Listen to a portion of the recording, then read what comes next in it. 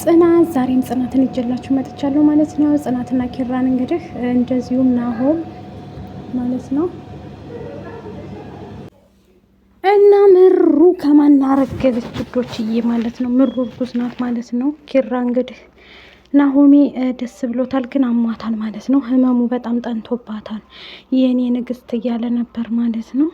ምን ሆና ነው የታመመችው ጋይስ? ምሩ እርግዝናው ነው ወይስ ደግሞ ሌላ ስህተት አለ? በእርግዝናው ላይ ችግር አለ? እርጉዝ ነች። ደስ የሚለው ነገር እንግዲህ እኛም እየጠበቅን ነው ማለት ነው። ጽናትስ መቼ ነው የምታረግዘው? መቼ ነው የምትወልደው? ውድ ቤተሰቦቼ ማለት ነው እንጠብቃለን። ምክንያቱም እንደዚህ እያደረገች ከሆነ ደስ የሚል ነው ማለት ነው። ምሩ በማርገዟ ደስተኛ ነኝ። ምክንያቱም ብዙ ነገሮችን ያሳለፈች፣ ብዙ መከራ ውጣ ውረዶችን ያሳለፈች ልጅ ናት ማለት ነው ምሩዬ የኔ መልካም እና ውዶቼ ይሄንን እንጠብቃለን ማለት ነው። እኛም ይሄን እያየን በቅርብ ጊዜ የምናየው ይሆናል ማለት ነው። ውድ ቤተሰቦቼ በጣም አዝነናል። በእርግጥ አዎ አዝነናል። ምሩዬ እንትን ብትል ደስ ይለናል ማለት ነው። ውድ ቤተሰቦቼ ምሩ እንግዲህ እንትን በማለቷ ያው ደስተኛ ነን፣ ግን በማርገዟ ግን ውድ ቤተሰቦቼ ገና ይቀራል ማለት ነው።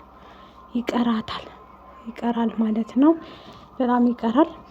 ከዛም አልፎ እንግዲህ እንትና ኪራ ውድ ቤተሰቦቼ ደስ ብሎታል። ናሆምና እንግዲህ ምሩ በዚህ መልኩ ሂጀባቸዋለሁ እኔም። ሌላው ሲቀጥል ሰኑና እንትና ማናትም ክብሩ ለምንድነው አንድ ላይ የማይሆኑት ውዶቼ ማለት ነው? ሰኑና ክብሩ አንድ ላይ ቢሆኑ ደስ ይል ነበረ፣ ግን አንድ ላይ የሆኑ አይደለም።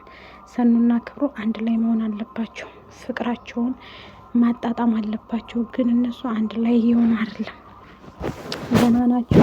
ከዚህም በፊት ታስታውሳችሁ ጽናትና ኪራ በቃ እየተከራከሩ እየተጨቃጨቁ ነው ፍቅር ውስጥ የደረሱት ማለት ነው። አሁን እነሱም ደግሞ እንደዚህ በዚሁ መድረስ አለባቸው፣ መሄድ አለባቸው። ፍቅራቸውን መገላለጽ አለባቸው ማለት ነው። ምሩና ናሆም እንግዲህ አንድ ላይ እንደሆኑ ጥረት እያደረግን ነው። ሌላው ሲቀጥል ደግሞ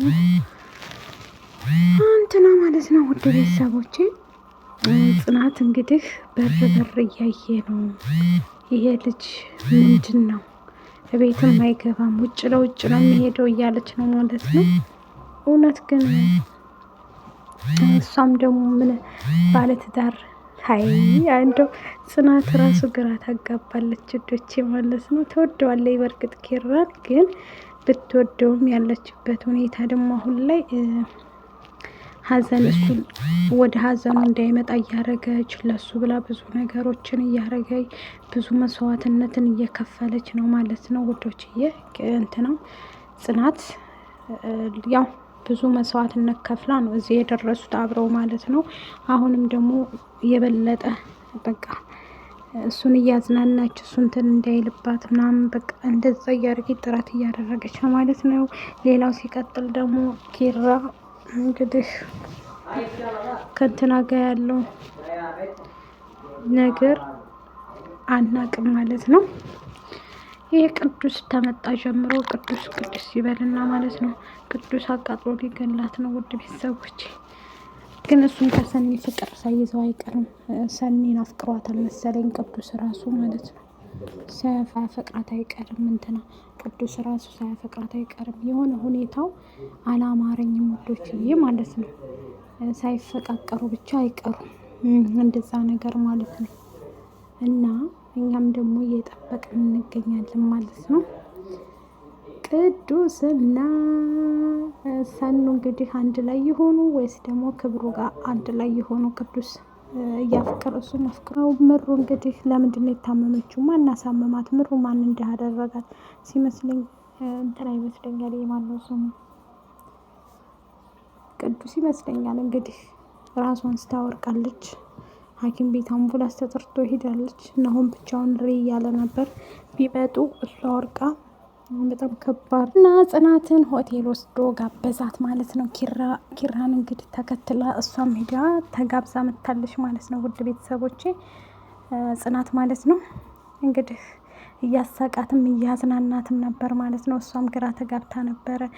ምንድን ነው ይሄ ባሌ እንዴ እኔ አንቺ ባል ምናምን እያላት ነበር እና እሷም ደግሞ በደስታ በቃ ዘና እያለች ነበር ማለት ነው።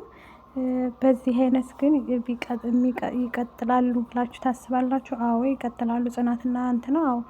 አሁን ደግሞ የቀሩት እነ እንትና ናቸው፣ ሰኑና ይሄ ማን ነው ክብሩ አንድ ላይ እንዲሆኑ እነሱን ደግሞ አንድ ላይ ማድረግ አለብን ውዶችዬ ማለት ነው። አንድ ላይ እነሱ ሁለቱን ማድረግ አለብን። ሁለቱ አንድ ላይ መሆን አለባቸው። አንድ ላይ ካልሆኑ ምንም ዋጋ የለውም ውድ ቤተሰቦቼ ማለት ነው። አንድ ላይ እንዲሆኑ ጥረት ማድረግ አለብን ማለት ነው። ኪራና እንትና ማለት ነው። ሶሪ ክብሩና እንትና ሰኑ ይፋቀራሉ። እሷም እኮ ታፈቅረዋለች ግን አውቃ ማለት ነው ውዶቼ። እሷም ስለምታፈቅረው እንግዲህ የእሱ ፍቅር እያመጣ እየወረወራት ነው። በቅርብ ቀን ደግሞ አንድ ላይ ሆነው እናያቸዋለን ማለት ነው። በነገራችን ላይ እንትናም ሳያፈቅራት አይቀርም ቅዱስም ደግሞ እንትን ያለችው እሷ ትመስለኛለች ማለት ነው። እንደዛ ነገር ይመስለኛል። ብቻ ግን ቤቷም ሄዶ ነበረ። ቤቷም ገብቶ አይቷታል ማለት ነው።